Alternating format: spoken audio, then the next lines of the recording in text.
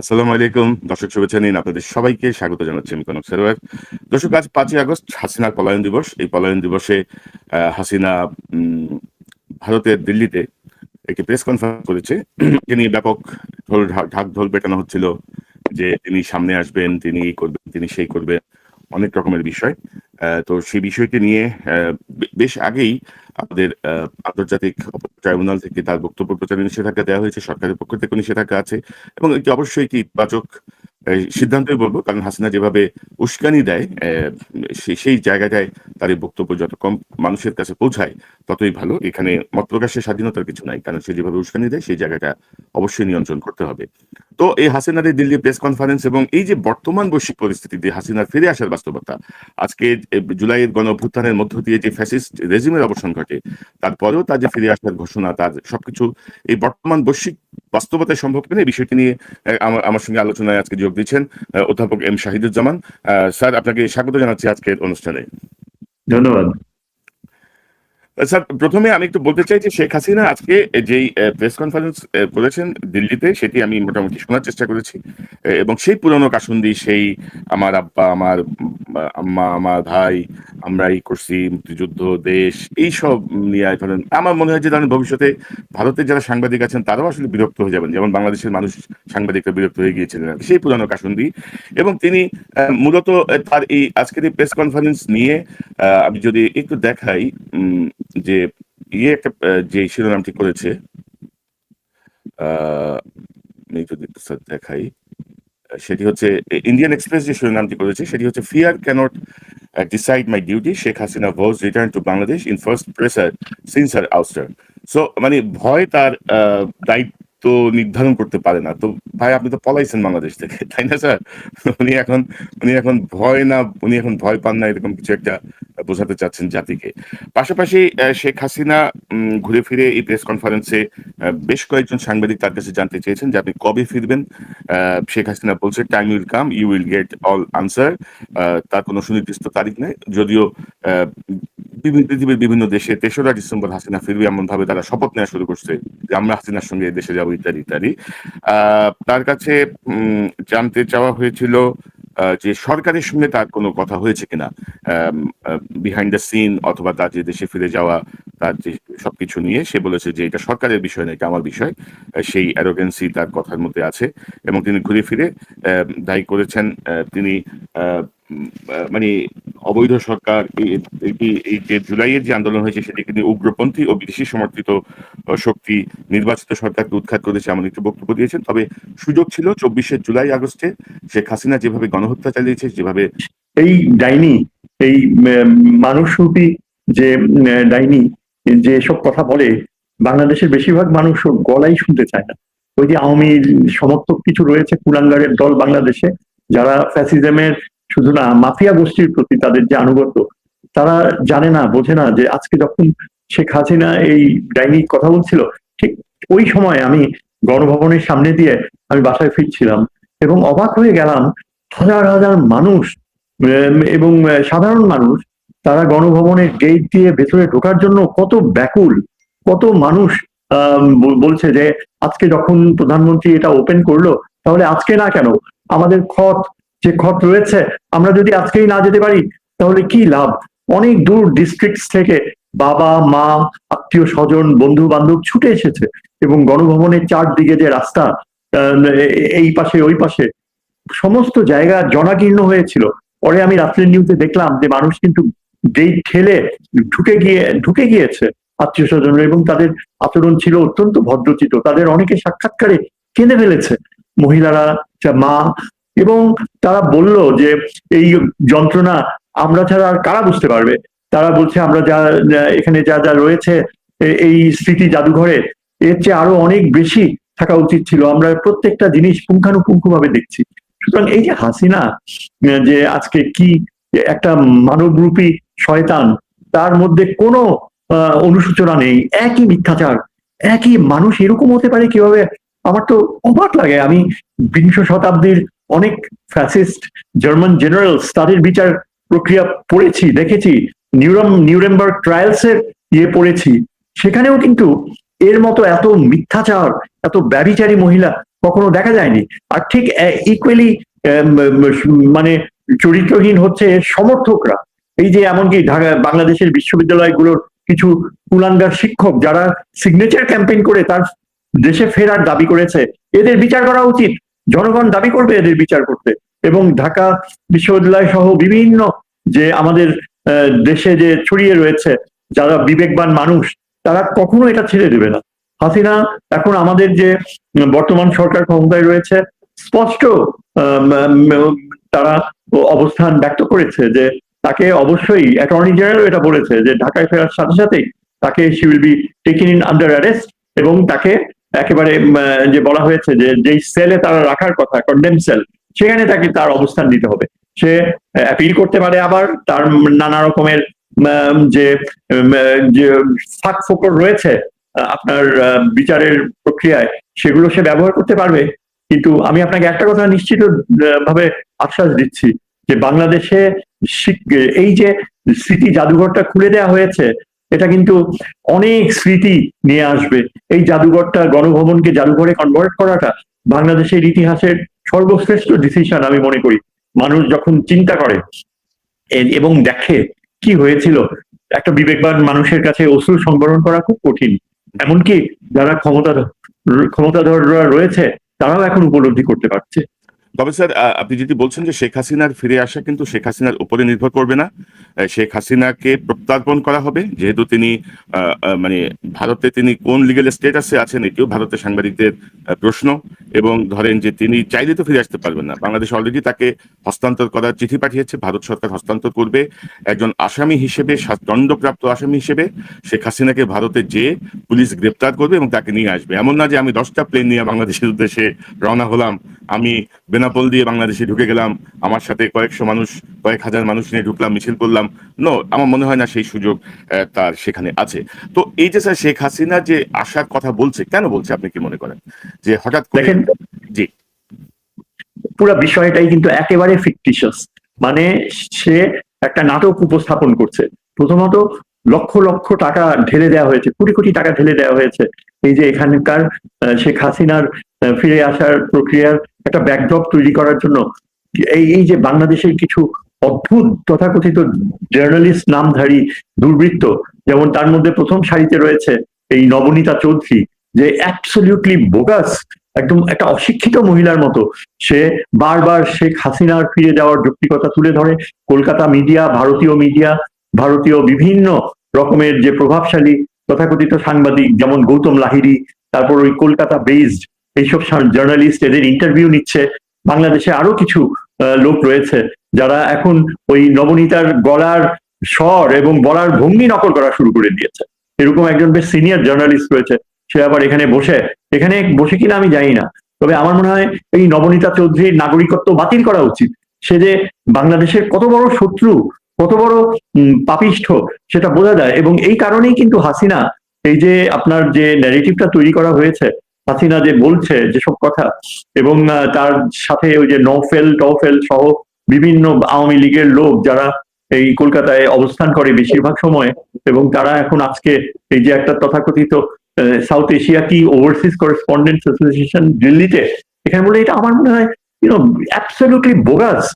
আর আরেকজন হচ্ছে ওই যে জিউইশ সমর্থক, কি যেন শোয়েব চৌধুরী বোধহয় তার নাম, হ্যাঁ, এই যে একজন বাংলাদেশি তথাকথিত ওই ইসরায়েলি সিটিজেন বোধহয় এই শোয়েব চৌধুরী, এই লোক। Hasina sir propaganda master. Hasina, হ্যাঁ, আওয়ামী লীগ এবং হাসিনার চেয়ে সেরা কেউ নাই। কিন্তু স্যার, আমি একটা বিষয় জানতে চাই। ধরেন আপনি যেটি বলছিলেন যে ওই ইন্ডিয়ান কিছু থার্ড গ্রেডের জার্নালিস্ট নিয়ে দেখলাম ব্যাপক মাতামাতি চলছে, এক সুবীর ভৌমিক, তারপরে আরো কিছু আছে, নামও বলতে চাই না। এরা আপনার হচ্ছে এমন ভাবে, মানে মোর দেন হাসিনা ইনফরমেশন তাদের কাছে আছে, এমন একটা ভাবে কথা বলতেছে আর কি। এক্স্যাক্টলি, তারা সব জানে তারা কি হচ্ছে। তো ভারত স্যার হাসিনাকে কিভাবে ব্যবহার করছে আপনি কি মনে করেন? মানে বর্তমান ভারত তো অ্যাবসলিউটলি, মানে তার, দেখেন ভারতের যে ইমেজ, বিশ্বব্যাপী ইমেজ ছিল, এই বিজেপির এই মোদী সরকারের যে দুশ্চরিত্র রূপ, হিন্দুত্ববাদী রূপ, যেটা চরম মানে একটা ধর্মীয় উন্মাদনা ভিত্তিক রূপ প্রকাশ পেয়েছে বিশ্বব্যাপী। আপনি দেখেন ইন্টারন্যাশনাল মিডিয়াতে, ওয়েস্টার্ন মিডিয়াতে একেবারেই ভারতকে তুলোধুনো করে দেয়। আজকে দেখেন মার্কিন যুক্তরাষ্ট্রের মিডিয়া কোনোভাবেই হাসিনার এই অবস্থানকে সমর্থন দেয়নি। তার যে মৃত্যুদণ্ড দেওয়া হয়েছে এটা মার্কিন যুক্তরাষ্ট্র আম, অনেকটা ইনডিরেক্টলি, এমনকি ব্রিটেন, এই যে ইউরোপের দেশগুলো এমনকি ব্রিটেন, যারা বলতে গেলে মানবাধিকারের প্রাচীর গড়ে রাখে, তারাও কিন্তু হাসিনার মৃত্যুদণ্ডের ব্যাপারে একটা কথাও বলে। তার মানে তাদের নীরব সমর্থন রয়েছে। এবং এই যে এই তথাকথিত হাসিনা পুষ্ট ইয়ে কুলাঙ্গার একটা শোয়েব চৌধুরী, এই ইসরায়েলি সিটিজেন, এই ইসরায়েলকে সমর্থন দিয়ে রিকগনিশনের কথা মাঝে মাঝে প্রেসক্রাইব করে, এই লোকটা যে কি মিথ্যাচার ছড়াচ্ছে কল্পনা করা যায় না। বাংলাদেশের সরকার, বাংলাদেশের জনগণ একেবারে আয়রন ক্ল্যাড ইউনিটি, এবং এখানে কোনো ডাউট করার, কোনো প্রশ্রয় দেওয়ার কোনো সুযোগই নেই। আপনি দেখেন আমাদের আজকে মাঝে মাঝে কিছু অঘটন ঘটে, যেমন আজকে বিকেল বেলায় এই ছাত্র শিবিরের সাথে রাষ্ট্রপতির সামনে একটা অনুষ্ঠানে ছাত্র দল এর মধ্যে একটা সংঘাত শুরু হয়। এর কারণ ছিল যে যেই ভিডিও ক্লিপিংসটা দেখাচ্ছিল বিরাট অডিটোরিয়ামে চীন মৈত্রী, সেখানে কিছু ঐতিহাসিক তথ্য ভুল করা হয়েছে, এবং ন্যাচারালি এনপিসি যে ছাত্র সংগঠন যারা রাজনীতি করছে তারা প্রোটেস্ট করছে, এবং একটা আনপ্লেজেন্ট সিচুয়েশন হয়েছে। এবং যা ঘটার কিছু ওয়েস্টার্ন ডিপ্লোম্যাটস ছিল, এমনকি ওই ভারতের ওই বৃদ্ধ অ্যাম্বাসেডর কি ত্রিবেদী নাকি নাম, সেও ওইখানে বসা ছিল। কোন বুদ্ধিতে যে সে আসছে আল্লাহ বলতে পারবে। তবে সেও দেখলাম ওরা হেঁটে বের হয়ে গেল। এরকম কিছু আনপ্লেজেন্ট একটু ঘটনা ঘটেছে আজকে, কেননা ইতিহাসের ঠিক প্রজেকশন হয়নি। এবং এই যে হাসিনা ব্যাপারে দেশে রক সলিড ইউনিটি, আজকে প্রত্যেকটা মন্ত্রী, তারিক জিয়া আজকে নিজে যেভাবে বলেছে, যেভাবে আপনার বিধ্বস্ত পরিবারগুলোকে কাছে এগিয়ে এসছে, এখানে হাসিনা কিভাবে কল্পনা করে তার প্রতি কোন রকমের অনুকম্পা, বা আওয়ামী লীগকে কোনোভাবে কোন রকমের অনুকম্পা দেখানো হওয়ার বাংলাদেশে তো কোনো প্রশ্নই ওঠে না। এবং এই যে আপনি দেখেন এই জার্নালিস্ট গুলো, সোকল এদের জার্নালিস্ট বলবো না, এরা হচ্ছে প্রোপাগ্যান্ডিস্ট, পিওর ইয়েলো জার্নালিজম। এই শোয়েব চৌধুরী বলেন, নবনীতা বলেন, তারপরে ঢাকা বেসড কিছু অদ্ভুত জিনিস, যেমন ওই যে কামাল কামাল কি যেন মুস্তফা কামাল টামাল, এগুলো মানে একেবারে ফাটাবাসের মতো চিৎকার করে। কিন্তু এদের এদের কোনো গ্রহণযোগ্যতাই নাই, এরা রাস্তায় বেরোতে পারবে না। যদি ঢাকা থেকে তো পালিয়েছে এরা, এবং এই পুরা জিনিসটাই কিন্তু যে ন্যারেটিভ এরা ছাড়ছে পুরা মিথ্যাচারে ভর্তি, সত্যের সাথে কোনো মিলও নাই। স্যার, আমি একটা একটা প্রসঙ্গে যেতে চাই যে ধরেন হাসিনার এই ডিসেম্বরে আসবো এই জাতীয় একটা ঘোষণার পরে আপনি জানেন যে মার্কিন বিশেষ দূত বাংলাদেশে এসেছেন। তিনি ভারতের রাষ্ট্রদূতের সাথে বৈঠক হয়েছে একটা। তারপর তার যে সবকিছু মিলিয়ে আওয়ামী লীগ কিন্তু ডুগডুগি বাজাচ্ছিল যে আমেরিকাও বোধহয় সমর্থন দিল, বোধহয় হাসিনার ফিরে আসার ব্যাপারে বিশেষ বার্তা বা সতর্কতার জন্যই হয়তো এই দূত এসেছেন। তো সবকিছু মিলিয়ে এই যে এইটাকে আপনি একটু যদি একটু ব্যাখ্যা করেন, আপনি আন্তর্জাতিক সম্পর্কের যে আলোক, সেই আলোকে যদি একটু বিশ্লেষণ করেন আমাদের দর্শকদের জন্য ভালো হয় বুঝতে। ধন্যবাদ। এটা ইম্পর্টেন্ট আপনার স্পেশালি নর্থ আমেরিকান অডিয়েন্স বা ওয়েস্টার্ন অডিয়েন্স, আপনার এই প্রোগ্রামের মাধ্যমে এটা জানা উচিত। সার্গিও গৌর কিন্তু ঢাকায় এসে আমাদের যে পররাষ্ট্রমন্ত্রীর সাথে সাক্ষাৎ করেছেন, তারপরে তিনি বের হয়ে এসে সাংবাদিকদের প্রশ্নের উত্তরে জাস্ট কয়েক মিনিট সময় ছিল, তিনি বললেন যে প্রধানমন্ত্রী তারেক জিয়াকে ওয়াশিংটনে is being treated with the highest regard, সর্বোচ্চ সম্মানের সাথে। এই কথা দিয়ে তিনি শুরু করেছেন। এর অর্থ কি দাঁড়ায়? এর অর্থ দাঁড়ায় এই যে ডক্টর খলিলের সাথে তার যে কনভারসেশন হয়েছে লেস দেন অ্যান আওয়ার, সেখানে পূর্ণ সৌহার্দ্য ছিল, এবং আগামীতে আমেরিকান ইনভেস্টমেন্ট নিয়ে তাদের প্রায় বেশিরভাগ আলাপচারিতা সময় তারা অতিবাহিত করেছে। আমাদের doctor Khalil he had N agenda about future UN American investment, এবং আমাদের বাংলাদেশের যে চুক্তিগুলো ছিল সেটাকে আরো বেশি গ্রহণযোগ্যতা। আপনি দেখেন এই যে সার্গিও গৌর এটাও মিডিয়াকে বললো যে বাংলাদেশে ট্রাভেল স্ট্যাটাস 3 থেকে 2 নামিয়ে এসছে। তার মানে বাংলাদেশ এখন much more friendlier, safer place for Americans. তাছাড়া তারিক জিয়ার কথা শোনা যাচ্ছে যে উনি নাকি এখন মার্কিন যুক্তরাষ্ট্র সফরেও যাচ্ছেন, তাকে ইনভাইট করেছে প্রেসিডেন্ট ট্রাম্প। এবং এগুলো হচ্ছে আসল সত্যি কথা, কারণ এগুলো সার্জিও গোরের মুখ থেকে বের হয়েছে। এরপর আপনি আর কি বলতে পারেন? তারপর ডক্টর খলিল যেসব উত্তরগুলো দিয়েছে সেখানে কিছু কিছু না সূচক অবস্থান তিনি নিয়েছেন। কেন নিয়েছেন এজন্য যে ওই সাংবাদিকদের মধ্যে কিছু ছিল যারা তাকে প্রভোগ করছিল, যে এই যে দেখা হয়েছে, তারপর আলোচনা হয়েছে হাসিনাকে নিয়ে, অ্যাবসলিউটলি মিথ্যা কথা। এবং আমি ডক্টর খলিলকে অনেক ভালোভাবে চিনি, তিনি একজন শুধু মেধাবী পররাষ্ট্র মন্ত্রণালয়ে তার ব্যাচে প্রথম হওয়া ছাত্রই না, এই যে 22 বছর তিনি কাটিয়েছেন মার্কিন যুক্তরাষ্ট্রে, ইউনাইটেড নেশনসে, তার প্রচুর মানে নির্ভরশীল ইয়ে রয়েছে, বন্ধু রয়েছে আমেরিকান স্টেট ডিপার্টমেন্টে, আমেরিকান ইন্টেলিজেন্সে। এবং আপনি নিশ্চিতভাবে ধরে নিতে পারেন যে খলিল যখন জেনারেল অ্যাসেম্বলির প্রেসিডেন্ট হয়ে যাচ্ছে কয়েকদিন পরে, তিনি মার্কিন যুক্তরাষ্ট্রের স্টেট ডিপার্টমেন্ট, পেন্টাগন সবাইকে তার পক্ষে নিয়ে আসতে সক্ষম হবে। আপনি চিন্তা করেন, গতকালই আমেরিকান এই যে প্যাসিফিক কমান্ডের কমান্ডার অ্যাডমিরাল ঢাকায় চলে আসছে, এবং ঢাকায় এসে তিনি উচ্ছ্বসিত প্রশংসা করেছে বাংলাদেশের আমাদের নৌবাহিনী প্রধান, যিনি একজন অত্যন্ত স্বনামধন্য মেরিটোরিয়াস একজন নৌবাহিনীর অফিসার, যার রেকর্ড দেখলেই আপনি বুঝতে পারবেন যে অল থ্রু ফার্স্ট। তার সাথে আমেরিকান প্যাসিফিক কমান্ডারের অত্যন্ত অকৃত্রিম মিটিং হয়েছে। তারপর আপনার আমাদের সামরিক বাহিনীর নেতৃত্ব। জি, আমার স্যার যেটা হচ্ছে যে আমরা আসলে ভারতের যে দাসত্বের শৃঙ্খল হাসিনা আমাদের গলায় বসিয়ে দিয়েছিল, আমরা সেখান থেকে বের হয়ে আসতে হবে। এখন আমেরিকার সাথে আমাদের বন্ধুত্ব, পাকিস্তানের সাথে আমাদের বন্ধুত্ব, চীনের সাথে আমাদের বন্ধুত্ব, এই জায়গাগুলো আসলে আমরা বাংলাদেশের একটি স্বাধীন সার্বভৌম রাষ্ট্র হিসেবে আমাদের আসলে এখন কূটনৈতিকভাবে আমরা কতটুকু ব্যালেন্স করতে পারবো, সেই জায়গাটা হচ্ছে সবচেয়ে গুরুত্বপূর্ণ। এবং আপনি কি মনে করেন স্যার? জি, আমি আপনাকে নিশ্চিতভাবে বলতে পারি, যদিও এই এই যে কিছু এই যে ভারতীয়রা, তার জার্নালিস্টরা, ভারত সরকার ইচ্ছাকৃতভাবে আমাদের ফরেন পলিসির অর্জনগুলোকে ডাউনগ্রেড করছে, ইয়ে করছে, কিন্তু আমি বলতে পারি এটা হচ্ছে আমাদের বাংলাদেশের ফরেন পলিসির ক্ষেত্রে সবচেয়ে সেন্সিটিভ ইম্পর্টেন্ট একটা টার্নিং পয়েন্ট। আমরা ভারতের আজকেই কিন্তু পররাষ্ট্রমন্ত্রী, আমি স্ক্রলে দেখলাম টেলিভিশন সেট গুলায়, বলেছে যে বাংলাদেশ আর কখনো ভারতের ওই নিয়ন্ত্রণে কোনোদিন ফিরে যাবে না। এই যে ওই কথাগুলো উনি বলছেন, কতখানি কনফিডেন্স তার ভিতর রয়েছে যে বলেছে যে কোনোদিন ভারতের ওই নিয়ন্ত্রণে আর ফিরে যাবে না। এর অর্থ কি? এর অর্থ এটাই দাঁড়াচ্ছে যে আমাদের মাননীয় প্রধানমন্ত্রী, তিনি এখন পররাষ্ট্রনীতির ক্ষেত্রে, আভ্যন্তরীণ বাস্তবতা যাই হোক না কেন, রাজনৈতিক বাস্তবতা, কিন্তু পররাষ্ট্রনীতির ক্ষেত্রে আমরা আমরা সত্যি কথা বলতে কি, আমি যে মনে করি একজন শিক্ষক হিসাবে, পররাষ্ট্রনীতি বিশারদ হিসাবে, আমি তো বলবো যে এই যে ভারতের কবজা থেকে বের হয়ে আসা, এটা প্রমাণ করে আমরা আমাদের পররাষ্ট্রনীতির স্বর্ণযুগে প্রবেশ করতে যাচ্ছি।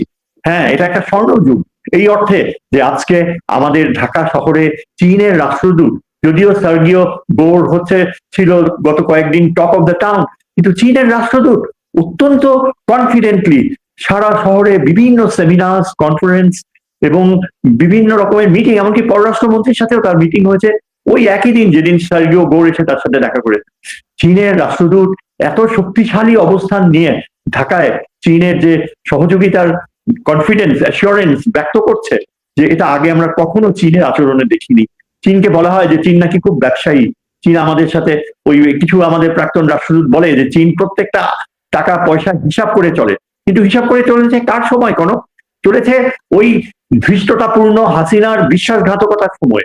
তখন ওই ফরেন অ্যাম্বাসেডর রহমান সোমান তার গ্রুপ নিয়ে, ওই মুন্সি ফয়েজকে নিয়ে যখন চীনের রাষ্ট্রদূতের সাথে বোঝাপড়া করতে গেছে, চীনের রাষ্ট্রদূত তাকে একেবারে ব্যবসায়িক পথ দেখিয়ে দিয়েছে, সেটা হাসিনার সময়। কিন্তু আজকে চীনের রাষ্ট্রদূতের মুখের ভাষা একদম পরিবর্তিত। আজকে বাংলাদেশের জেনুইন ফ্রেন্ড হিসাবে যে কোনো সাহায্যের জন্য এগিয়ে আসার প্রতিজ্ঞা। আমি তো শুনেছি তিনি এটাও ফরেন মিনিস্টারকে ব্যক্ত করেছে যে যদি কোনো অসুবিধা হয় রোহিঙ্গাদের ভবিষ্যৎ যে ব্যয় বহন করার ব্যাপারে আমেরিকা যদি কোনো আপত্তি তোলে, তাহলে সেই সমস্ত ব্যয় চীন বহন করবে। চিন্তা করেন, তার মানে আমাদের ডক্টর খলিল, এই যে আমেরিকার সাথে আমাদের যে সম্পর্ক, যেটা আমরা বাস্তবে দেখতে পাচ্ছি যে সার্গিও গোর যে অত্যন্ত শক্তিশালী গ্রহণযোগ্যতা দিয়েছে আমাদের প্রধানমন্ত্রীকে। তারপর চীন যেভাবে কনফিডেন্টলি, চাইনিজ অ্যাম্বাসেডর ঢাকায় তার যে চীনের প্রজেক্ট গুলো নিয়ে আলোচনা করছে, বিসে গিয়েছে, BISS এবং অন্যান্য জায়গায় যে তিনি সরাসরি বলছে, এটা কি ইন্ডিকেট করে? এটা ইন্ডিকেট করে যে আমরা ভারতীয় প্রভাবমুক্ত হতে পারছি। ভারতের এই রাষ্ট্রদূত, যিনি কিভাবে আমি জানি না, কোনো ওই ওয়েস্টিনে যে সাক্ষাৎকার নিয়েছে, দেখা করেছে সার্গিও বোরের সাথে, তারপর শুনেছি সাবের হোসেন চৌধুরীও দেখা করেছে, এগুলো কিন্তু অ্যাবসলিউটলি কার্টসি কলস। এবং আমার মনে হয় আমেরিকান অ্যাম্বাসেডর সার্গিও বোর একেবারেই কোন রকমের ভারতীয় যে এজেন্ডা, এটা তুলে ধরার প্রশ্নই ওঠে না, কারণ তাকে সম্পূর্ণ ব্রিফ করেছে ঢাকায় যে আমাদের বাংলাদেশে যে আমেরিকান রাষ্ট্রদূত হেন্ডারসন, তিনি কিন্তু আগে ঢাকায় থেকেছেন 2 বছর। তারপরে তার শেষ পর্বে তিনি এখন রাষ্ট্রদূত হয়ে এসেছেন। তিনি বাংলাদেশের এক বিরাট বন্ধু, এবং এই যে ভারত যে আমেরিকাকে ব্যবহার করতে চায়, এই বিষয়ে তার অত্যন্ত স্পর্শকাতর অবস্থান রয়েছে। এগুলো আমি জানতে পেরেছি আমাদের কূটনৈতিক সোর্স থেকে। আমার খলিল আমার সমসাময়িক আমার বন্ধু, আমি তার মাধ্যমে সরাসরি জানতে পারি। হ্যাঁ, এবং এটা এই যে হেন্ডারসন যে আমেরিকান অ্যাম্বাসেডর, সে সার্গিও গোরকে সম্পূর্ণভাবে ব্রিফ করেছে। সে এটা সার্গিও গোরকে বোঝাতে পেরেছে যে ভারতে তাকে যেসব কথা বলা হয়েছে এগুলো সম্পূর্ণ মিথ্যাচার, সম্পূর্ণ ভারতীয় একটা কনস্পিরেসি, যে বাংলাদেশকে আবার ভারতীয় নিয়ন্ত্রণে আনতে এবং চীনের সাথে আমাদের যে সম্পর্ক গড়ে তুলছে সেই ব্যাপারে আমেরিকান অ্যাম্বাসেডর ঢাকায় অ্যাবসলিউটলি সহমর্মিতা দেখিয়েছে। কোন রকমের আপত্তি আমেরিকার দিক থেকে তো আসেই নাই, বরং তারা এটাকে একটা পজিটিভ ইম্প্যাক্ট হিসাবে দেখছে যে ভারতের প্রভাব বলয় থেকে বের হয়ে আসতে বাংলাদেশের যে প্রয়োজনীয় সম্পর্ক স্থাপন করা উচিত চীনের সাথে, সেটা ঢাকায় আমেরিকান রাষ্ট্রদূত সম্পূর্ণভাবে এটা গ্রহণ করে। এবং আমি বিশ্বাস করি যে সার্গিও গোরও কিন্তু সম্পূর্ণ নিয়ে ঢাকা থেকে ফিরে গিয়েছে। স্যার, আজকে যে প্রেস কনফারেন্স হয়েছে হাসিনার দিল্লিতে, সেই প্রেস কনফারেন্সে সজীব ওয়াজেদ জয় তার মায়ের পক্ষে কিছু প্রশ্নের উত্তর দিয়েছেন। তারপরে আমি সাকিব আল হাসানকেও দেখলাম, আমাদের ক্রিকেটার সাকিব আল হাসান, যাকে ফিরিয়ে আনার জন্য আওয়ামী লীগের একটা অংশ তৎপর ছিল। তো ভারতীয় সাংবাদিকদের প্রশ্নে যে বিষয়টা, তাদের মধ্যে আরেকটা চাপের বিষয় আমি লক্ষ্য করলাম, সেটি হচ্ছে পাকিস্তানের সাথে এখন আমেরিকার যেই ভালো সম্পর্ক, সেই সম্পর্কটা এবং সার্জিও গোরের এই সফর নিয়ে সজীব ওয়াজেদ জয়, আপনি যে কথাটি বলছেন যে সার্জিও গোর যে সমর্থন দিয়েছে সরকারের প্রতি, তারেক রহমান সরকারের প্রতি, তার যে আস্থার যে প্রকাশ, তিনি বলছেন যে এটা হচ্ছে ডিপ্লোম্যাটিক ল্যাঙ্গুয়েজ, এবং এই সরকার, বর্তমান আমেরিকান সরকার ট্রেড ছাড়া অন্য কোনো বিষয় নিয়ে ভাবছে না। এবং এই পাকিস্তানের প্রশ্নটা এড়িয়ে গেছেন, যদিও সাংবাদিকের প্রশ্ন ছিল যে এখন তো পাকিস্তানের সাথে আমেরিকার সম্পর্ক খুবই ভালো। তো বাংলাদেশের সাথে পাকিস্তানের সম্পর্ক কোন দিকে যাচ্ছে, বা বর্তমান যে বৈশ্বিক পরিস্থিতিতে বাংলাদেশ কতটুকু দেশের স্বার্থে এই সম্পর্কগুলোকে কাজে লাগাতে পারবে, আপনার পর্যবেক্ষণ কি স্যার? ধন্যবাদ। এটা ইম্পর্টেন্ট। আপনার হয়তো মনে আছে কনক, যে আমি প্রথম এটা উপস্থাপন করেছিলাম রাওয়ার একটা ইনভিটেশন স্পিচে, তখন আমি সরাসরি এই পাকিস্তানের সাথে আমাদের সম্পর্কের কথা প্রথম উত্থাপন করেছিলাম। আল্লাহর অশেষ মেহেরবানি, খোদা তাআলার, যে আমি যেভাবে চিন্তা করেছি যে আমরা নিউক্লিয়ার আমব্রেলার অধীনে যাব কিনা, তখন আমার অবস্থানটাকে অনেকেই তাচ্ছিল্যর চোখে দেখেছে। কিন্তু আজকে আমি যে বলতে পারি যে বাংলাদেশের যে ডিফেন্স এস্টাবলিশমেন্ট, তারা ক্লিয়ারলি রিকগনাইজ করছে যে পাকিস্তানের যে নিউক্লিয়ার আমব্রেলা এবং পাকিস্তানের দ্বারা এই বাংলাদেশে যে মিসাইল প্রযুক্তি, যেটা আমাদের এখানে সক্রিয়ভাবে অবস্থান করা, এবং স্পেশালি পাকিস্তান যেভাবে ডিফেন্সে সহযোগিতা করছে, পাকিস্তান বিভিন্ন ক্ষেত্রে আমাদের ডিফেন্স, স্পেশালি যে ট্রেনিং, এয়ারফোর্সের ট্রেনিং, তারা একটা যে এয়ারফোর্সের দামি জেট পাঠিয়েছে, সেটা অত্যন্ত গুরুত্বপূর্ণ। আমরা যখন চীনের কাছ থেকে এই যে তাদের বিমানগুলো গ্রহণ করব, তখন আমাদের পাইলটরা রেডি থাকবে এই প্লেনগুলো ফ্লাই করতে। আমরা দেখতে পাচ্ছি যে পাকিস্তান সরাসরি চীনের সাথে আমাদের যে লালমনিরহাট বেসটাকে ডেভেলপ করা, উন্নয়ন করা, সেখানে পাকিস্তানও কিন্তু কন্ট্রাক্ট নিয়েছে। পাকিস্তানের হাই কমিশনার এখন ঢাকায় বিভিন্ন ইউনিভার্সিটিস গুলোতে যান, বিভিন্ন সংস্থায় যান, আমাদের যে গবেষণা প্রতিষ্ঠানগুলায়, সেখানে তিনি সরাসরি অংশগ্রহণ করেন। এবং আমাদের, আপনি হয়তো এটা দেখে থাকবেন যে পাকিস্তানের সামাজিক জীবনের ধারণা বাংলাদেশে এখন অত্যন্ত নিবিড়ভাবে প্রস্ফুটিত হচ্ছে। পাকিস্তানের রেস্টুরেন্ট গুলো এখন ঢাকায় সবচেয়ে পপুলার, এবং আমাদের ফ্লাইটস তো যাচ্ছে, আমাদের যে বিমানের ফ্লাইট আসছে ঢাকায়, আমরা আশা করব যে খুব শিগগিরই হয়তো পাকিস্তান তার পিআই এর ফ্লাইটও রিজিউম করবে ঢাকা টু করাচি বা ঢাকা টু লাহোর। সুতরাং পাকিস্তানের সাথে আমাদের এই যে সম্পর্কটা, এটা সবচেয়ে বড় উপযোগিতা হচ্ছে যে পাকিস্তানের অভিজ্ঞতা চীনের সাথে ও মার্কিন যুক্তরাষ্ট্রের সাথে, এটার সাথে আমাদের বিশাল একটা মিল রয়েছে। কিভাবে পাকিস্তান আমেরিকার সবচেয়ে ঘনিষ্ঠ নন নেটো অ্যালাই, আবার অ্যাট দ্য সেম টাইম চীনের সাথে তার একমাত্র দেশ, যে চীন সরাসরি পাকিস্তান ভারত যুদ্ধে অংশগ্রহণ করে পাকিস্তানের জয় নিশ্চিত করেছে। 5টা না 6টা রাফেল প্লেন প্রথম রাতেই ফেলে দেওয়া হয়েছিল। ভারত নির্লজ্জ, কখনো স্বীকার করে নাই, সত্যকে মেনে নেওয়ার তাদের সাহস নাই। আজকে এখানে ডিরেক্ট মিথ্যা কথা বলে যাচ্ছে তাদের যে এখানকার রাষ্ট্রদূত। একবার বলে যে বাংলাদেশের জন্য অধীর আগ্রহে অপেক্ষা করছে মোদি তারেক জিয়াকে রিসিভ করতে, আবার এখন বলছে যে ওই বিমস্টেকের চেয়ারম্যান হিসাবে তারা চায়। মানে একেবারে absolutely Delhi has become so desperate, যে কোনো মূল্যে তারেক জিয়াকে নিবে। স্যার এই জায়গাটা বলা হচ্ছে যে হয়তো মাসখানেক পরে তারেক রহমানের একটা স্কেডিউল হতে পারে ইন্ডিয়া সফরের। আপনি কি মনে করেন যে এই পরিস্থিতিতে যাওয়া উচিত প্রধানমন্ত্রীর ভারতের সফরে? আমি আপনাকে নিশ্চয়তা দিচ্ছে, আমাদের প্রধানমন্ত্রী যাচ্ছে না, যাওয়ার প্রশ্নই ওঠে না। তিনি অত্যন্ত আত্মসম্মান সচেতন। আপনি হয়তো দেখতে পাবেন যে এই যে গত কয়েক মাসে আপনার কোনোভাবেই কিন্তু ভারতের সম্পর্কে আমাদের প্রধানমন্ত্রী কোনো আগ্রহ দেখায়নি। ইনফ্যাক্ট আমাদের অত্যন্ত সুযোগ্য রাজনীতিবিদ রুহুল কবির রিজভী উনি সরাসরি ভারতকে এক্সপোজ করে দিয়েছে। আজকেও রুহুল কবির রিজভী অত্যন্ত সাবলীল ভাষায় ভারতের বাস্তবতা তুলে ধরেছে, যার ফলে বিএনপির যে অবস্থান তাতে প্রমাণিত হয় বিএনপি ভারতকে এখন কোনোভাবেই কোনো বন্ধু রাষ্ট্র হিসেবে দেখে না। আর তারেক জিয়ার কি প্রয়োজন পড়েছে ভারতে যাওয়ার? আমরা তো এখন ভারতের সাথে আমাদের কোনো প্রয়োজন নেই, আমাদের কোনো কোনো তাড়াহুড়া নাই যে আমাদেরকে বিমস্টেকে জয়েন করতে হবে। বিমস্টেক একটা অ্যাবসলিউটলি একটা মানে আমাদের জন্য একটা অনেকটা বোঝা হয়ে দাঁড়াবে, কেননা বিমস্টেক টিকে থাকা মানে হচ্ছে সার্কের ধারণাকে দুর্বল করে দেয়া, যেটা ভারতীয় একটা স্কিম। বাংলাদেশের স্বার্থ হচ্ছে, আমাদের প্রধানমন্ত্রীর স্বার্থ হচ্ছে যেভাবেই পারবেন তিনি সার্ককে উজ্জীবিত করবেন, এবং এর জন্য তার অত্যন্ত বলিষ্ঠ পররাষ্ট্রমন্ত্রী যে কাজ করে যাচ্ছে। পররাষ্ট্রমন্ত্রী দেখেন অত্যন্ত শক্ত হাতে ভারতের সাথে ডিল করেছে। এই যে দীনেশ ত্রিবেদী 2 মাসেও কিন্তু পররাষ্ট্রমন্ত্রীর সাক্ষাৎ পায়নি, এবং যথার্থভাবে ভারতের যে অবন্ধু সুলভ শত্রুতা সম্পন্ন আচরণ, এই যে হাসিনাকে দিয়ে প্রেস কনফারেন্স করাচ্ছে, it is breach of trust. Bharat নিশ্চয়তা দিয়েছিল বাংলাদেশকে হাসিনা কখনো ভারতে তার পলিটিক্যাল প্ল্যাটফর্ম হিসাবে ইউজ করবে না। আজকে তাদের ওই মিথ্যাবাদী যে ফরেন পলিসি স্পোক্স পারসন, তিনি বলছেন কি যে এটা একটা ওভারসিজ প্রাইভেট করেসপন্ডেন্ট অ্যাসোসিয়েশন, তারা যদি তাকে সুযোগ দেয় সরকারের কিছু করার নাই। এর অর্থ কি? এর অর্থ যে তারা যে অবস্থান নিয়েছিল বাংলাদেশের সাথে বিশ্বাসঘাতকতা করছে। সুতরাং আমি নিশ্চয়তার সাথে আমি কনফিডেন্ট যে তারেক জিয়ার আমেরিকাতে যাওয়ার একটা সুযোগ সৃষ্টি হচ্ছে। আমার মনে হয় ভারতে যাওয়ার কোনো প্রয়োজনীয়তাই নাই। উনি তো আসছেন গত সেপ্টেম্বরে জাতিসংঘের 1 মাস, আগামী মাসে তিনি আসার কথা যতটুকু জানি, যদি সব ঠিক থাকে। তো আসলে স্যার এখন আমাদের এই যে ভারতের সঙ্গে এত ইয়ে হওয়ার কিছু নাই। ভারত আমাদেরকে হাসিনার মাধ্যমে, হাসিনার 15 বছরের শাসনে যেভাবে আসলে ভারত তার সুবিধা রেখেছে, একটি অনির্বাচিত, একটি ভুয়া ভোটের নির্বাচিত অবৈধ প্রধানমন্ত্রীকে যেভাবে তারা ব্যাকআপ করেছে, বাংলাদেশের মানুষকে যেভাবে হত্যা করেছে, সেখানে মানে হত্যায় সহায়তা করেছে, তাদের গোয়েন্দা সংস্থা যেভাবে কাজ করেছে, সেখানে এখন আমার মনে হয় যে আমাদের আমেরিকা, পাকিস্তান, চীন, টার্কি এদের সঙ্গে আমাদের বাইলেটারাল রিলেশনটা অনেক বেশি স্ট্রং করা উচিত। তো স্যার আমরা আবার একটু প্রথমে প্রসঙ্গে যাই যে হাসিনা ফিরে আসে, এবং আপনি জানেন যে হাসিনা কিছুদিন আগে থেকে একটা নতুন ন্যারেটিভস দেওয়ার চেষ্টা করছে যে আমি তো ভেবেছিলাম আমি টুঙ্গিপাড়ায় যাচ্ছি, গোপালগঞ্জে যাচ্ছি, কিন্তু আমি শুনলাম, আমি তার ওই অডিওটা একটু শোনাতে চাই।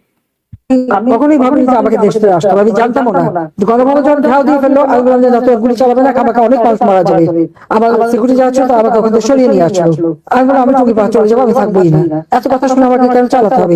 থাকতে হবে। আমাদের লক্ষ্য বাংলাদেশকে উন্নয়নশীল দেশের মর্যাদা উন্নীত করে দিয়েছি, যথেষ্ট। আমি জানি আমি টুঙ্গি পাড়া যাচ্ছি। আমি অনেক পরে জানতে পারলাম যখন এই বর্ডার ক্রস করছে, তখন বলছে আমরা অমর জায়গায় যাচ্ছি। এটা আয়োজনটাই বা কিভাবে হলো সেটা আমি জানি না।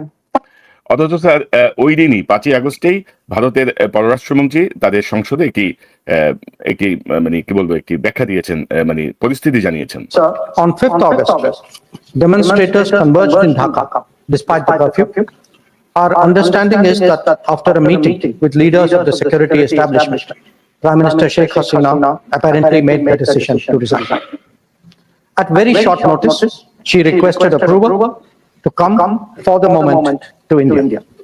We simultaneously received the request for flight clearance from Bangladesh authorities. She arrived yesterday evening in Delhi. অর্থাৎ স্যার মানে পররাষ্ট্রমন্ত্রীর বক্তব্যে বোঝা যাচ্ছে যে শেখ হাসিনা অ্যাপ্রুভাল চেয়ে, পারমিশন চেয়ে, আশ্রয় চেয়ে ভারতে গেছেন, এখন আবার সেটাকে ধরেন অন্যভাবে ঘোরানোর চেষ্টা হচ্ছে। তো এই যে স্টেটমেন্ট, উনি কিছু সময়ের জন্য ভারতের কাছে আশ্রয় চেয়েছিলেন, কিন্তু 2 বছর পার হয়ে গেছে। তো ভারত তাকে কতদিন বিয়ার করতে পারবে, বা তার এই যে উল্টা বক্তব্য, আমি গোপালগঞ্জে যেতে চেয়েছিলাম, আমি জানি না, আমাকে ইন্ডিয়া পাঠানো হচ্ছে, এই জায়গাটা কি মনে করেন? বা হাসিনাকে যেভাবে আসলে সেনাবাহিনীর হেলিকপ্টার, সেনাবাহিনীর কি বলবো বিমান ব্যবহার করে যেভাবে ইন্ডিয়া নিয়ে যাওয়া হয়েছে, সেটারও কোনো তদন্ত হয় নাই যে কোত্থেকে কি হয়েছে, সেই জায়গাগুলো আপনি কি মনে করেন? আমরা এই প্রসঙ্গটা দিয়ে আলোচনা শেষ করবো। সেই জায়গাগুলি আগামী দিনগুলোতে সামনে চলে আসবে। আমার মনে হয় অতি আশাবাদ ব্যক্ত না করে আমি শুধু এটুকুই বলবো যে আপনারা দেখুন আগামী দিনগুলায় বাস্তবতা কোন পথে গড়ায়। এই হাসিনা এই যে মিডিয়ার মাধ্যমে এত কিছু বলে, কিংবা আপনি যেটা বললেন যে যেভাবে তাকে হেলিকপ্টারে পৌঁছে দেওয়া হয়েছিল, সেখানে কিন্তু এগুলো সবই রেকর্ডেড, সবই জানা কথা। এবং এখানে এই যে যারা এর সাথে ইনভলভ তারা এটায় পার পাবে না। আজকে যে বাস্তবতা সৃষ্টি হয়েছে, এই যে পারভার্টেড ওমেন, বিংশ শতাব্দীতে বোধহয় এত কি বলে মানসিক বিকারগ্রস্ত কোনো নারী বিশ্বে জন্মায়নি, এবং তার যে রেকর্ডস গুলো বের হয়ে যাবে, এবং এই যে আপনার যে কালকে থেকে দেখবেন মানুষের ঢল যাবে গণভবনে, ওই গণভবন ওই হাসিনার স্মৃতি চিরতরে মুছে ফেলা হবে। ওই গণভবন এখন মানুষের সাধারণ জনগণের সম্পত্তিতে পরিণত হবে। এটা যে কত বিশাল একটা মনস্তাত্ত্বিক পরিবর্তন আনছে বাংলাদেশে, সেটা আমি চিন্তা করতে পারছি, কিন্তু এখনো মুখে বলার ফোটানোর সময় হয় নাই। হাসিনা কোনোদিন বাংলাদেশে ফিরতে পারবে না। তিনি যা করেছে এবং এই যে গণভবন যে স্মৃতি বহন করছে, তার একমাত্র শাস্তি হচ্ছে মৃত্যুদণ্ড। এবং ভারত বিশ্ব রাজনীতিতে এখন আইসোলেটেড, একটা দেশও নেই যে হাসিনার বিষয়ে ভারতের অবস্থানকে সমর্থন করেছে। এবং এই জন্যই এই ত্রিবেদী পাগলের মতো ওই এর সাথে দেখা করে সকালে, তারেক জিয়ার সাথে দেখা হওয়ার আগেই সকালেই ছুটছে সে দিল্লিতে যে কি বললো আমি জানি না। আমি তো জানি যে তাদের cabinet committee on national security, যেখানে নরেন্দ্র মোদী, তার defence minister, foreign minister, home minister এরা থাকে, ওইখানে যে সে, আমার তো বিশ্বাস যে সে হাউ মাউ করে কেঁদে ফেলছে যে আমরা তো গেলাম, আমাদের তো কিছুই হলো না। এই দিনে ইয়ের সাথে দেখা করছে যে সার্গিও গোর বলে যে আমেরিকার স্বার্থ রক্ষা করাই আমাদের মেইন উদ্দেশ্য, বাংলাদেশের সাথে আমরা অর্থনৈতিক সম্পর্ককে আরো গভীর করব, এই বিষয় নিয়েই আমরা ফরেন মিনিস্টারের সাথে আলোচনা করেছি। তখনই বৃদ্ধ ত্রিবেদীর মাথা খারাপ হয়ে গেছে, সে দৌড়ে গিয়েছে দিল্লিতে। তারপর আবার হাসিনার কাছে যে আমার মনে হয় আক্ষেপ করে আবার ঢাকায় ফেরত আসছে। এবং সে দেখেন, সে কিন্তু যে কার সাথে দেখা করলো, হুমায়ুন কবির। তার বডি পশ্চার গুলা কেমন, মনে হয় তখন হুমায়ুন কবিরের পায়ে পড়বে। আমার মনে হয় Humayun Kabir did a very good job, তাকে স্পষ্ট ওয়ার্নিং দিয়ে দিয়েছে যে কোনোভাবেই আপনারা কিন্তু হাসিনাকে পলিটিক্যাল ফোরাম হিসাবে দিল্লি ইউজ করতে দেবেন না। সে একজন ডেথ সেন্টেন্স প্রাপ্ত ক্রিমিনাল। আপনাদের কাছ থেকে সেই বাস্তবতাকে মেনে নেওয়াকেই আমরা আশা করব। এবং হি টুক এ গুড ব্যাশিং। এবং এই ত্রিবেদী এখন ঢাকায় আমার মনে হয় সবচেয়ে isolated high commissioner, isolated diplomat. এবং চীন ও মার্কিন যুক্তরাষ্ট্রের রাষ্ট্রদূতরা ঢাকায় এখন সবচেয়ে পপুলার রাষ্ট্রদূত। জি স্যার, আমি একটা বিষয় একটু জাস্ট টাচ করতে চাই যে আমি হাসিনা যে বক্তব্যটা শোনালাম, পাশাপাশি জয়শঙ্করের যে বক্তব্যটা শোনালাম, আপনি যদি দেখেন যে যারা সেই সময় ঝুঁকি নিয়ে হাসিনার এই ভারতের কাছে পারমিশন চাওয়ার পরে তাকে যারা মানে ভারতে পাঠিয়ে দিল তার উইল অনুযায়ী, তার ইচ্ছা অনুযায়ী, হাসিনা কিন্তু এখন তাদেরকে বিপদে ফেলতেছে যে আমি তো জানি না, আমি তো গোপালগঞ্জে যাব, আমাদের যে ইন্ডিয়া নিয়ে যাবে আমি তো জানি না। মানে আপনি দেখেন যে তৎকালীন মানে এখনো বর্তমান সেনাপ্রধান থেকে শুরু করে নৌপ্রধান, বিমান বাহিনী প্রধান বা অ্যাডমিনিস্ট্রেশনে যারা ছিল, মানে সশস্ত্র বাহিনী এবং কি বলবো সিভিল অ্যাডমিনিস্ট্রেশনে, উনি কিন্তু পুরো ব্লেমটা তাদের উপরে দিয়ে দিচ্ছেন। আমাকে তো নেওয়ার কথা ছিল গোপালগঞ্জে, আমি বর্ডার ক্রস করার পরে আমি জানলাম আমি ভারতে যাচ্ছি। এটা আপনি কি মনে করেন, এটা কি এই জায়গাটা যে আপনার কি এটা তার অন্ধ মিথ্যাচারের ধারাবাহিকতা। এটা সে এখন ন্যারেটিভ ম্যানুফ্যাকচার করছে অন্য কোনো উদ্দেশ্যে। এই মহিলা এই যে সাইকিক কেস, এ তো কোনো ঠিক নাই, আমাকে নিয়ে যাওয়া হচ্ছে গোপালগঞ্জে, এইটা ওই প্রথম শুনলাম। এখন সে এটাকে বের করতেছে যে আসলে তার ভারতে যাওয়ার কোনো উদ্দেশ্য, সে যে পলায়ন করেছে সেটা স্বীকার করতে চায় না। মানে এই মহিলা যে কি ধূর্ত, এবং অ্যাট দ্য সেম টাইম কত বড় একটা বোকা। সে যে এত বড় একটা খুনি, সেটা যদি সে স্বীকার করতো, ক্ষমা প্রার্থনা করতো যে বাংলাদেশের মানুষের কাছে আমি ক্ষমা চাইছি, তাইলেও না হয় বুঝতাম যে তার ভিতর কিছুটা মানবিক গুণ রয়েছে। কিন্তু যেই মহিলা এত হত্যাকাণ্ডের নায়িকা, এবং যার ইঙ্গিত গুলো আমরা গণভবনে দেখব, দেশের জনগণ এখন ভালোভাবে দেখবেন। প্রফেসর ইউনুস যে কথাগুলো বলেছে অত্যন্ত মূল্যবান। আজকে তারেক জিয়াকে আমি ধন্যবাদ জানাই যে তিনি প্রফেসর ইউনুসকে পাশে এনে বসিয়েছেন এবং প্রফেসর ইউনুসকে কথা বলার সুযোগ দিয়েছেন। তো প্রফেসর ইউনুস ব্রিফ স্টেটমেন্টে খুব মূল্যবান কথা বলেছে অডিয়েন্সকে, যে তিনি পুরাটা অ্যাপিল করেছে বাংলাদেশের জনগণের কাছে যে আপনারা আসেন, দেখেন, সেখানে উপলব্ধি করার বিষয় রয়েছে, সেখানে জিনিস দেখাটা বড় কথা না। বড় কথা হচ্ছে যে ওখানে যে আপনি কিছুক্ষণ সময় কাটিয়ে চিন্তা করে দেখেন যে এই দেশের ছাত্র সমাজ কত বড় ত্যাগ স্বীকার করে নিয়েছে, কত বড় ত্যাগ বাংলাদেশের মানুষ মেনে নিয়েছে। এই উপলব্ধিটা যদি আসে, তাহলে বারবার আসেন এখানে, বারবার সময় কাটান। তার কথাগুলো আমার অনেক ভালো লেগেছে এবং আমি প্রধানমন্ত্রীকে ধন্যবাদ জানাই আমার মনের অন্তঃস্থল থেকে যে তিনি সত্যিকার অর্থে একা এই প্রফেসর ইউনূসকে তার ন্যায্য সম্মানটুকু দিতে পেরেছেন। জি, অধ্যাপক এম শাহিদুজ্জামান, আপনাকে অসংখ্য ধন্যবাদ আপনার মূল্যবান আলোচনার জন্য। নিশ্চয়ই আমরা নিকট ভবিষ্যতে আবারও কথা বলবো, আপনার কাছ থেকে বিশ্লেষণ শুনবো। আপনাকে অসংখ্য ধন্যবাদ। ধন্যবাদ আপনাকে। দর্শক, এতক্ষণ যে অনুষ্ঠান শুনলেন, নিশ্চয়ই আপনি এই আলোচনার মর্মার্থ উপলব্ধি করতে সক্ষম হবেন। হাসিনার দিল্লির যে প্রেস কনফারেন্স, সেই প্রেস কনফারেন্সে আসলে বলার মতো উল্লেখযোগ্য কোনো বক্তব্য হাসিনা দেয় নাই। আমি যদি আবার একটু কনক্লুড করি,